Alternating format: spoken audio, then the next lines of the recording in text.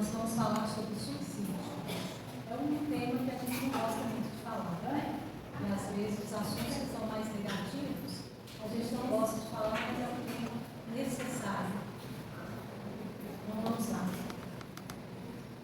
O índice de suicídio vem crescendo de uma forma que nós estamos perdendo o controle sobre isso, né? Então é com todo o respeito que nós temos pelos nossos irmãos suicidas que nós vamos falar sobre esse tema hoje. Lembrando, gente, que cada caso é um caso, né? E tudo depende da intenção da pessoa. Cada caso é um caso. O Centro de Valorização da Vida, o CVV, lançou em 2015 uma campanha sobre prevenção do suicídio. Então, não sei se vocês já ouviram falar do Setembro Amarelo. Eles pegaram o mês de setembro para ter um destaque sobre esse assunto e criaram essa campanha de prevenção ao suicídio. A Federação Espírita Brasileira, em 2019, ela criou um curso sobre a prevenção do suicídio. E o título desse curso é Prefiro Viver, Suicídio Não. Qual que é o objetivo principal desse curso? É preparar todos nós de uma forma que a gente consiga orientar, que a gente consiga socorrer uma pessoa que tenha pensamento de suicídio, né? Porque começa ali com uma sementinha lá dentro da cabecinha da pessoa e aquilo vai crescendo. Nós sabemos que o suicídio, ele é uma tragédia silenciosa e silenciada. Antigamente, dentro das famílias, né, era proibido falar se alguém tivesse suicidado, porque manchava o nome da família, sujava o nome da família. Tem casos que eles não deixavam nem colocar no atestado de óbito que a pessoa era suicidada, porque aquilo era uma causa de vergonha, né? Então agora nós estamos aprendendo, nós estamos começando a falar sobre esse assunto, mas nós ainda estamos em passos muito lentos. A gente precisa falar mais para que a gente consiga prevenir. Mas por que falar de suicídio? Ninguém gosta de falar sobre esse assunto. Aí nós trouxemos aqui, a Organização Mundial de Saúde, ela fala que no mundo acontece um suicídio a cada 40 segundos. No mundo, um suicídio a cada 40 segundos.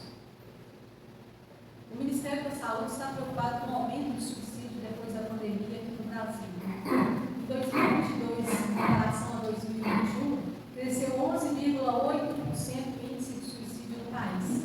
Em 2022, foram registrados 16.262 suicídios no Brasil. 44 suicídios por dia no país. E a maioria dos suicídios, olha como é preocupante, são de adolescentes e pré-adolescentes. 8.391 mortos através do suicídio em 2023, na idade de 15 a 19 anos. 1.566 na idade de 10 a 14 anos. São pré-adolescentes e adolescentes. O Brasil está no 23º lugar entre os países, né, com o maior índice de suicídio. Em Minas Gerais é o segundo estado com maior índice de suicídio, ficando atrás só de São Paulo, que está no primeiro lugar. Minas Gerais tem, em média, 3 casos de suicídio por dia. Por isso é necessário falar. A gente está vendo essa gravura aí, algumas pessoas acreditam que o gato está subindo a escada e alguns acreditam que o gato está descendo a escada. Por quê? Cada um de nós vê a situação de uma forma diferente. O mesmo acontece com uma pessoa que está com uma tendência, com um pensamento suicida. Ela vê a situação de uma forma que só ela está enxergando. Não adianta a gente querer julgar porque ela está vendo daquela forma. A gente pode estar vendo de outra forma, mas ela acredita naquela verdade dela, né? E a gente tem que respeitar isso. Só que é uma ilusão o suicídio, porque tudo, se ela está passando por um problema, esse problema vai ficar 1000 vezes pior. A pessoa em desequilíbrio, ela acredita que a morte é a melhor solução, mas não é. E a gente vai entender isso aqui. Não se mate, você não morre. Suicídio é uma ilusão. Nós somos formados de corpo, espírito e perispírito, não somos? Só o corpo morre, o espírito é eterno. Nós somos imortais. E quando nós matamos o nosso corpo, o espírito continua vivo e, no caso do suicídio, em grande sofrimento.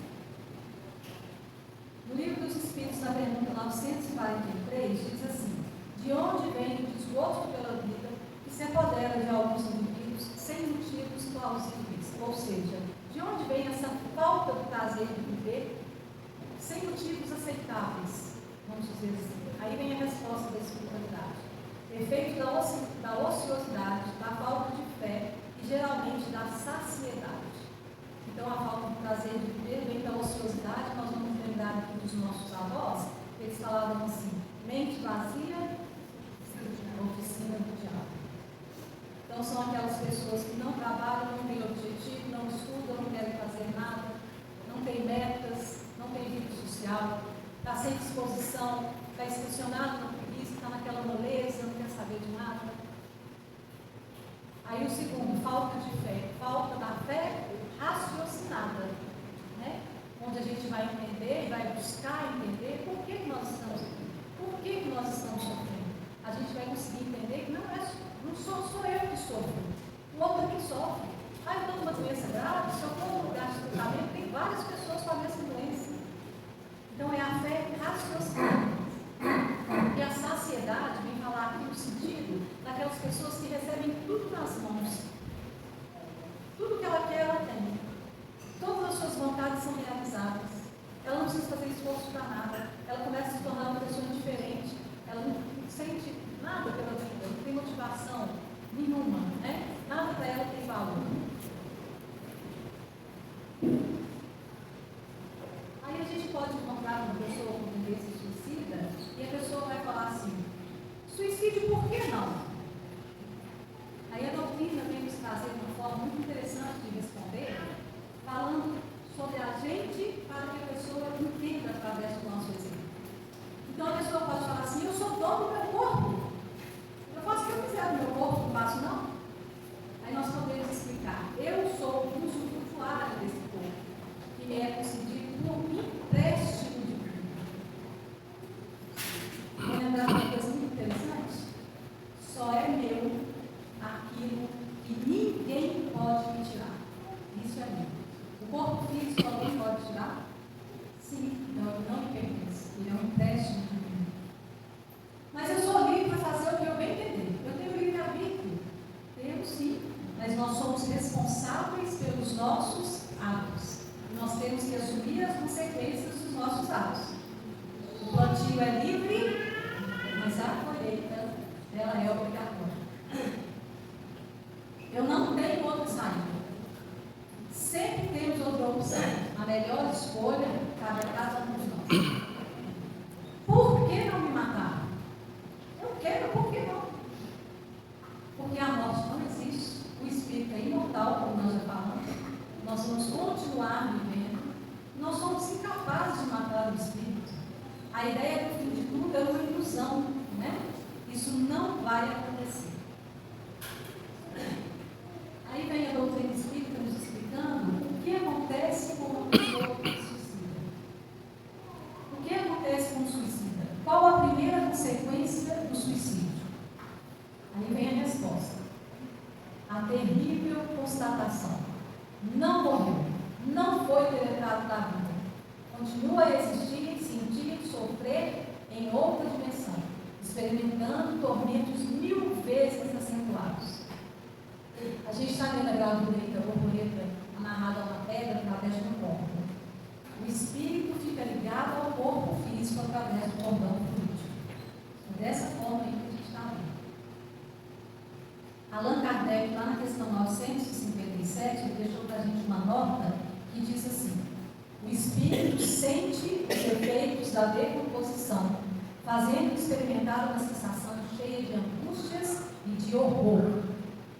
Estado que também pode persistir pelo tempo que deveria durar a sua vida, que foi interrompida. Então, o irmão que comete o suicídio, vamos ao exemplo de alguém que dá um tiro na cabeça. Ele fica revivendo aquele momento, sentindo as dores daquele momento, naquele sofrimento terrível. Quanto tempo isso pode durar? Depende de cada um. Então ele fica revivendo aquilo, naquele sofrimento, e isso pode durar, olha aqui o finalzinho que ele fala, pode persistir no tempo que deveria durar a sua vida que foi interrompida. O que a gente entende? Se a pessoa estava na programação dela viver 60 anos, e ela tira sua própria vida com 30 anos, ela vai ficar 30 anos ali, naquele sofrimento, até chegar ao tempo certo que era para ela desencarnar, lembrando que cada caso é um caso, né? Mas imagina o sofrimento. É difícil imaginar. Então a gente trouxe um exemplo. Na questão 944 diz assim: o homem tem o direito de dispor de sua vida? Aí a espiritualidade responde: não, somente Deus tem esse direito. O suicídio é uma transgressão da lei divina. Aí nós encontramos no livro Estante da Vida, capítulo 2, ditado pelo irmão X e psicografado por Francisco Cândido Xavier, um relato de uma irmã que há muito tempo suicidou, e ela manifestou uma reunião mediúnica onde o Chico estava presente, e eles fizeram algumas perguntas para ela, para que fosse colocado nesse livro. Nós trouxemos aqui somente 2 perguntas.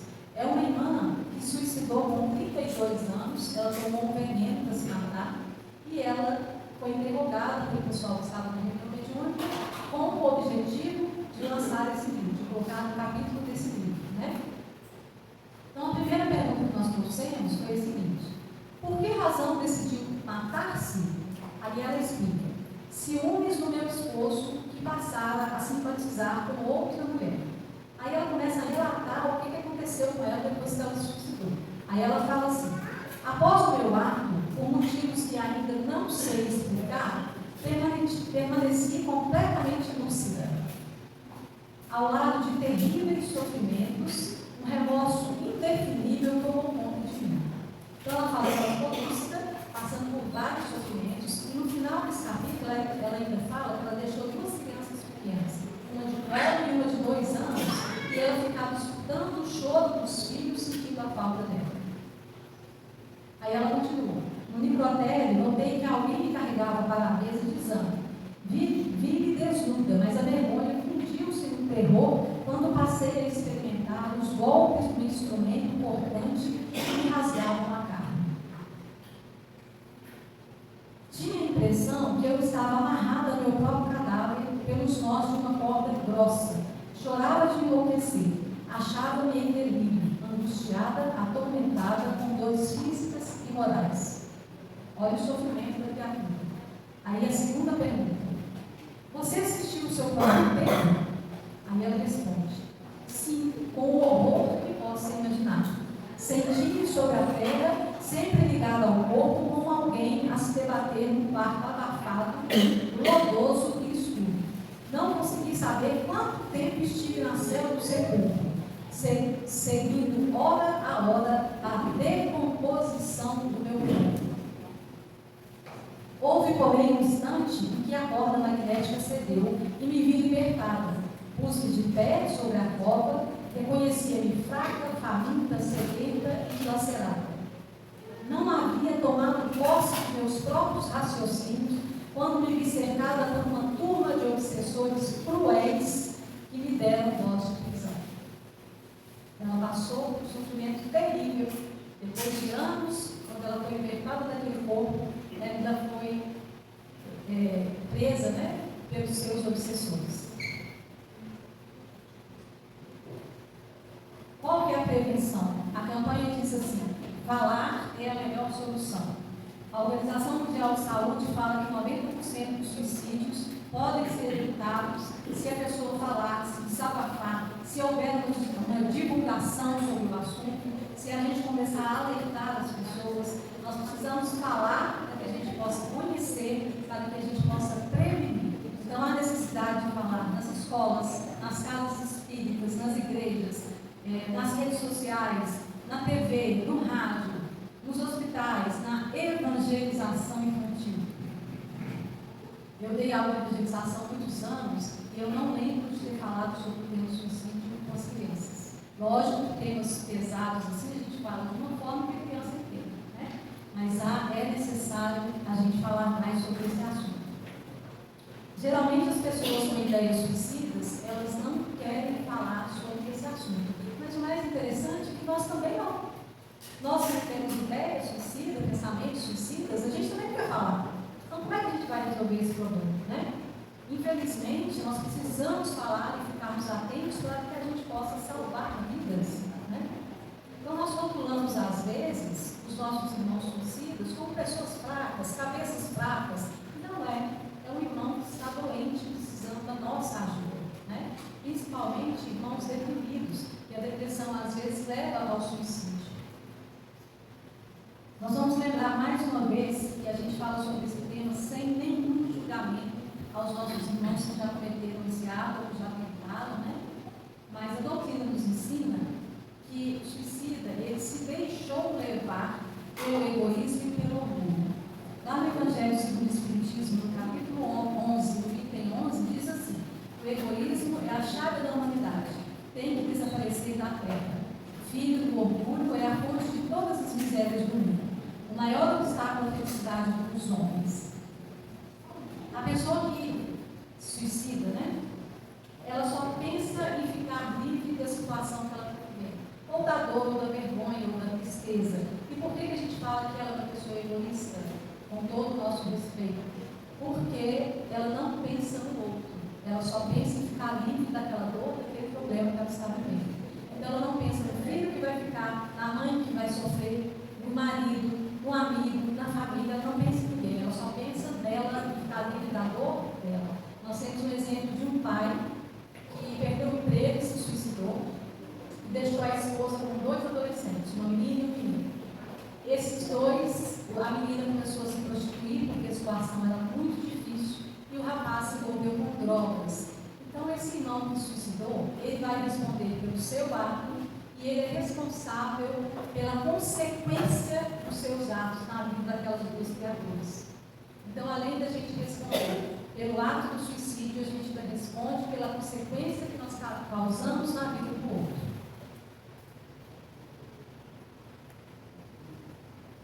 Tem uma frase, uma expressão popular que fala assim: cachorro que ladra não morde, né? Ou que late não morde, a gente pode falar late. É uma expressão que significa que quem fala muito, quem ameaça não faz, não é? Mas no caso do suicídio, não. Quem ameaça, faz. Se a pessoa fala que ela vai se matar, ela vai se matar mesmo. Tem outro caso que a gente fala assim: fulano já tentou uma vez se matar, ele vai tentar de novo. Ele vai tentar novamente. A pessoa que tem tendência a ser suicida, ela vai fazer. Então a gente tem que ficar atento a isso. Aí tem algumas frases que vêm nos alertar, nos acordar para que a gente possa prestar mais atenção na pessoa. Vamos lá. Eu preferia estar morto. Eu não aguento mais. Eu não posso fazer mais nada. Eu sou um perdedor. E um peso para os outros. Os outros vão ser muito mais felizes sem mim. A gente já fez esse estudo em outros casos, e um amigo estava contando para a gente que ele estava com uma filha com depressão e ele havia assistido o estudo. E ele estava na sala da casa quando chegou uma notícia de que um parente tinha suicidado, um parente distante. A filha, então, na mesma hora, falou assim: fulano que está certo, melhor é morrer mesmo. Ele ficou desesperado, ele pensou: olha, o que ela está falando? Então ele começou a prestar mais atenção nessa filha, porque ele pensou: se ela está falando isso, é porque ela já está com isso na mente dela. Se ela está acreditando. Então ele aproveitou isso para poder ficar de olho nela. Tem algumas etapas que o suicida segue. Primeiro ele começa a pensar no suicídio, que é a ideia, né? Depois ele começa a planejar. Ele começa a planejar como ele vai fazer. Depois é a ação onde ele faz. E o que a gente tem que fazer? Nós precisamos reconhecer se essa pessoa está nesse grupo de risco. Como que a gente faz isso? Né? Primeiro, se você está desconfiado que a pessoa está pensando em suicídio, pergunte para ela. O problema é que a gente tem medo de falar e de perguntar. Mas só da gente perguntar, a pessoa não vai suicidar porque a gente falou no assunto, não. Mas é necessário que a gente mostre para a pessoa que a gente está percebendo o que ela está pensando, qual a intenção dela. Depois, ouça, mas ouvir sem julgar, porque aquela situação é a realidade daquela pessoa naquele momento. E a gente ouvir e falar menos na hora que a pessoa Porque às vezes, quando a pessoa começa a falar, a gente quer falar junto, a gente quer pregar o Evangelho para a pessoa. Não está na hora de pregar o Evangelho de Jesus para aquela pessoa, não. A gente pode falar de Jesus sem pregação nenhuma, porque ela não tem condição de escutar tudo que você quer falar. A gente tem que falar o menos possível.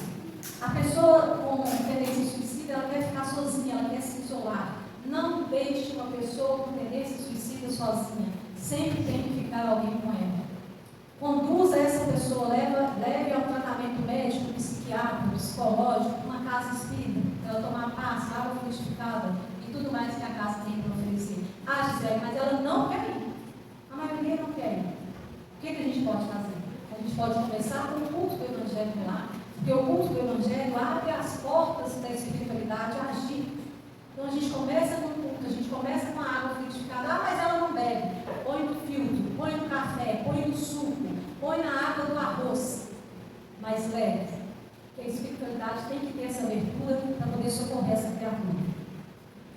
A pessoa com tendência ao suicídio, ela está em crise existencial, ela não quer viver mais.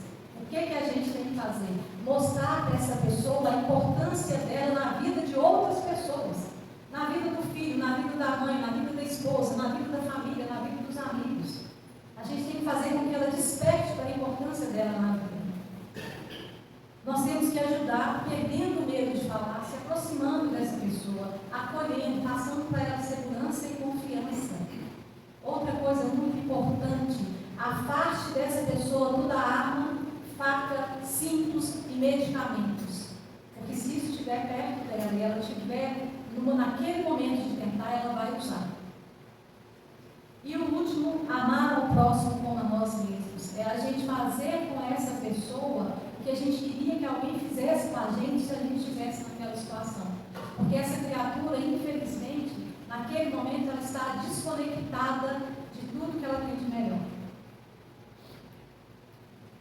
Como Deus é misericordioso, como Jesus é maravilhoso, ele diz que nenhuma das suas ovelhas se perderá.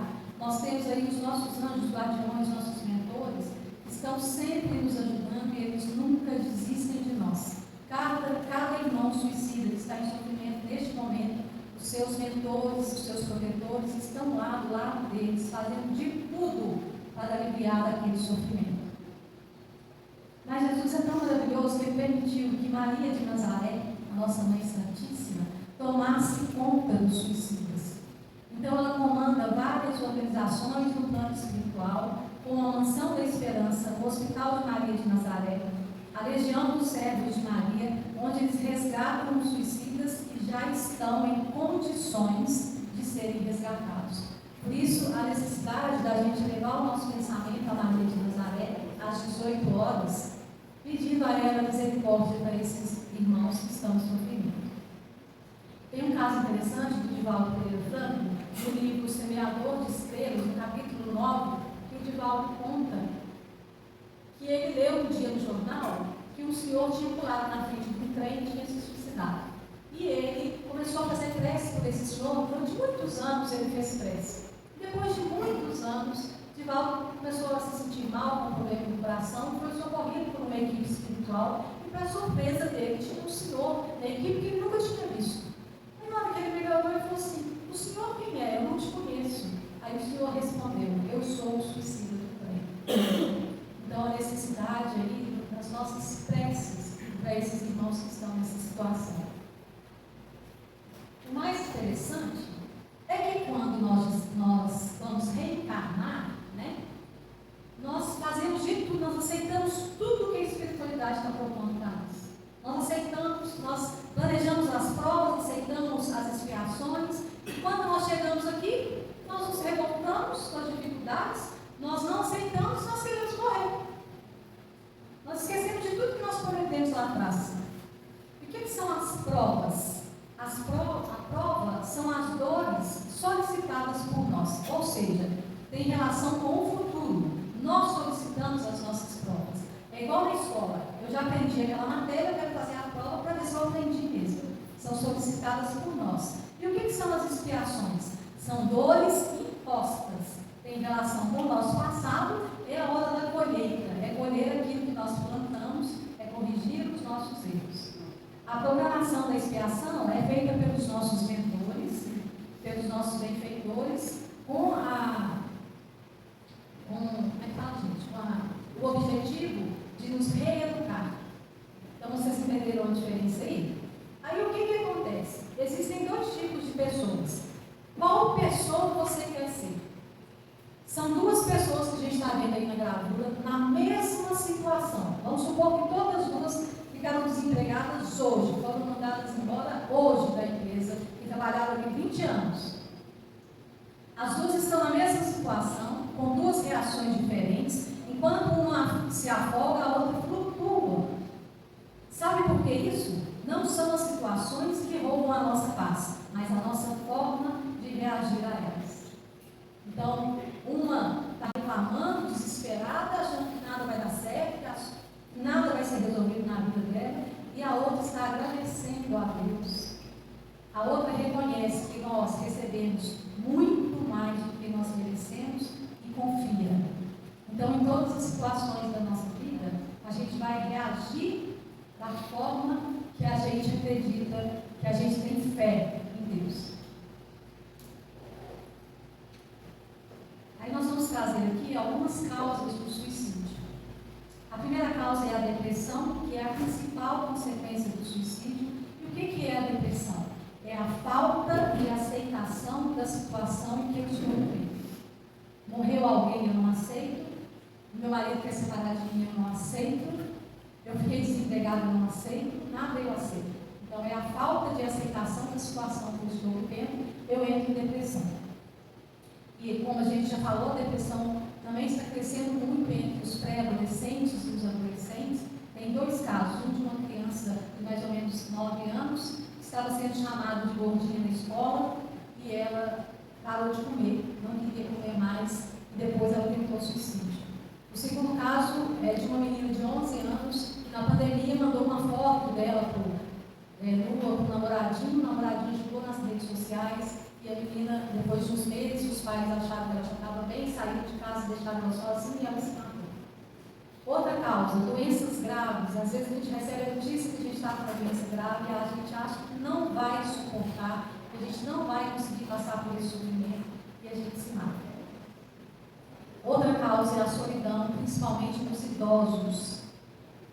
Outro dia eu encontrei com um senhor, amigo meu, de mais de 94 anos, de 90 anos, e ele me falou o seguinte: eu sinto muita solidão. Eu falei, mas como? O senhor mora com 3 pessoas? Ele falou, um sai para trabalhar, o outro vai para a escola e o outro fica na internet o dia inteiro. Ninguém conversa comigo, eu não converso com ninguém, não tem assunto, não tem diálogo, não tem nada. Outra causa, o luto. A não aceitação da morte do outro. A pessoa acha que não vai conseguir viver sem a presença daquela pessoa que morreu. Ela acha que se matando ela vai encontrar com aquela pessoa que morreu. E isso não vai acontecer.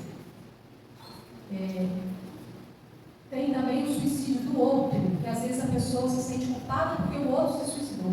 Ela acha que ela não observou direito, ela acha que ela podia ter feito alguma coisa, a pessoa falou, mas ela não acreditou, e ela acha que ela é culpada por aquilo. Tem um filho de um primo da minha mãe que se suicidou com 22 anos, ele pulou no viaduto da Cuca, e um mês depois o pai dele foi lá e pulou no mesmo lugar. O pai deixou uma carta falando o seguinte, que ele não suportava a falta do filho e que ele ia atrás do filho. Esse encontro não vai acontecer. O encontro de 2 pessoas que se mataram pode demorar séculos e séculos para acontecer, porque as duas estão num processo grave de sofrimento. Isso não vai acontecer, isso é uma ilusão. Dificuldades financeiras, nós vimos aqui também na pandemia, muitas pessoas perderam o emprego, empresas que faliram, né? E as pessoas com muita dificuldade financeira começaram a se suicidar. Às vezes, a vida passa a gente num moedor de orgulho e a gente, em vez de tirar o aprendizado daquilo, a gente quer se matar, né? E basta que a gente tente vencer o nosso orgulho para que a gente saia dessa situação espíritos melhores. Mas muitos de nós não conseguimos, né? Principalmente quando envolve condição financeira, porque muitos se enganam achando que a felicidade vem das coisas materiais e não é. Problema no casamento ou no relacionamento. A pessoa não aceita a separação, o término do relacionamento, ou a pessoa descobre alguma traição traição e ela se mata. Tem um tio do meu marido que separou da esposa, arrumou uma namorada, estava super feliz, de repente a namorada terminou com ele. Ele foi até a casa dela e ele tentou voltar, né, reatar o namoro, e ela não aceitou e deu um tiro na cabeça dentro da casa dela. O que acontece nessa situação? A pessoa acha que o outro vai se sentir culpado, né? Que o outro vai se sentir responsável por aquilo. E a pessoa fica abalada assim por um tempo. Depois a pessoa arruma outro relacionamento e ele segue a vida dela. Porque a responsabilidade dos nossos atos é nossa. Ninguém vai carregar a responsabilidade do nosso ato, não. É uma ilusão você achar que a pessoa vai morrer porque você suicidou na frente dela. Nós temos aí o bullying na escola, né? Temos o caso de duas crianças, dois pré-adolescentes de 11 e 14 anos, que passaram por humilhação na escola, chegaram em casa e se suicidaram. A violência sexual dentro da própria casa, as crianças estão sofrendo violência sexual por aqueles adultos como doentes, né, e desequilibrados. Os maus tratos, temos também o uso de drogas, né? Quantas vezes a gente viu artista fulano de tal foi encontrado morto no quarto de um hotel, né? Com overdose. Tudo isso é suicídio. Aí a gente se pergunta, todo suicídio tem envolvimento obsessivo? Todo suicídio é a culpa do obsessor? Vamos ver o que a espiritualidade fala. Lá no livro dos Espíritos, na questão 449, tem a seguinte pergunta: influenciam os espíritos em nossos pensamentos e em nossos atos? Aí tem a resposta: muito mais do que imaginais. Influenciam a tal ponto que de ordinário são eles que vos dirigem. Então a culpa é do obsessor. Não. É importante a gente lembrar que nós temos o nosso livre-arbítrio, 50% da vontade é nossa. A gente está vendo na gravura que da mesma forma que o obsessor está influenciando, o mentor também está influenciando. Só que a nossa sintonia, a nossa rádio está sintonizada em quem? Então, se for no obsessor, a gente vai nas ideias dele. Se for no mentor, a gente vai seguir a orientação do mentor. A partir do momento que nós estamos com sentimentos contrários ao amor, que é o caso da pessoa que está com depressão, né, nós abrimos as portas para a obsessão. Por isso, a importância da gente orar e vigiar os nossos pensamentos, as nossas vontades, para que a gente possa trazer para junto de nós espíritos, dependendo daquela vibração, daquela sintonia que a gente esteja, né? Os nossos mentores, eles se esforçam ao máximo, mas nós estamos nos sintonizando com a rádio Obsessor FM. Aí vem mais uma vez o Evangelho dizendo assim: a calma e a resignação adquiridas na maneira de considerar a vida terrestre e a confiança no futuro dão ao espírito uma serenidade que é o melhor preservativo contra a loucura e o suicídio. Está lá no Evangelho segundo o Espiritismo, no capítulo 5, item 14. O que significa isso? Quando nós temos um porquê, tudo fica mais fácil. Fica mais fácil a gente passar pelo doedor de orgulho, a gente passar pelo sofrimento. Fica tudo mais fácil. A gente começa a se perguntar: por que eu estou sofrendo? E a gente começa a tentar aprender com aquele sofrimento. Entender, eu estou passando por isso, o que eu tenho que aprender? Né? E uma coisa importante é a gente lembrar que tem pessoas que estão passando pelo mesmo sofrimento que a gente. E nós não somos vítimas. Né? E às vezes a gente fica com muita dó da gente, mas se a gente olhar para os lados, tem gente com sofrimento maior do que o nosso. Aí nós temos os tipos de suicídio. Nós temos aí o suicídio direto, que é aquele que tem intenção, a pessoa planeja se matar, e o indireto, que não existe a intenção. Né? É o excesso de bebida, o excesso de comida, ou comer pouco, a falta de atividade física, dormir muito, dormir pouco, o cigarro, todos os tipos de droga, o estresse, a raiva, a ansiedade, tudo isso é um suicídio indireto. Onde que eu posso procurar ajuda? Eu posso procurar ajuda nas unidades básicas de saúde, na UPA, no SAMU, no Centro de Valorização da Vida, onde tem uma linha que você pode ligar, o 188, que as pessoas vão te entender, vão conversar com você, vão te orientar, vão escutar o seu problema. E tem o sigilo, né? seu nome não vai ser divulgado, você nem precisa falar o seu nome. E é uma linha que está 24 horas trabalhando em favor daqueles que têm tendência ao pensamento suicida. Dentro da casa espírita, nós podemos buscar o passe, a água frutificada, a prece, a orientação para o culto do Evangelho lá, a conversa fraterna que toda casa espírita tem, o tratamento espiritual e a desobsessão. Agora eu vou colocar para vocês um vídeo da campanha que o Carlinhos Brau fez em 2021 sobre o suicídio. Nessa campanha ele fala que no Brasil estavam ocorrendo 32 suicídios por dia e hoje já estão ocorrendo 44. É porque essa campanha é de 2021. Então a gente vai colocar aqui, eu queria que vocês prestassem bastante atenção na. Deixa eu ver se vai colocar. Tem lá no mercado, na letra, porque você vai comunicar isso, por favor? Porque é muito interessante que fala da necessidade das pessoas que estão com esse problema, que elas falem, que elas procurem ajuda.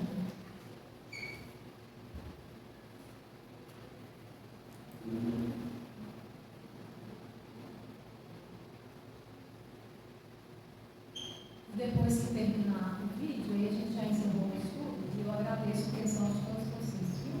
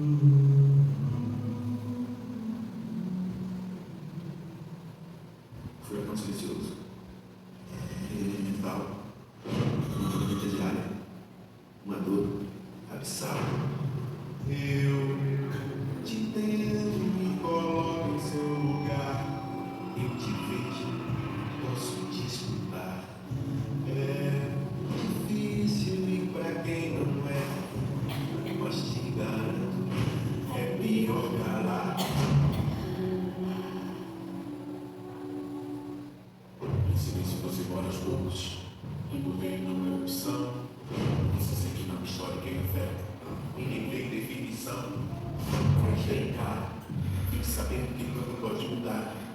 Fala, pode se abrir. Que tem gente pra te ajudar.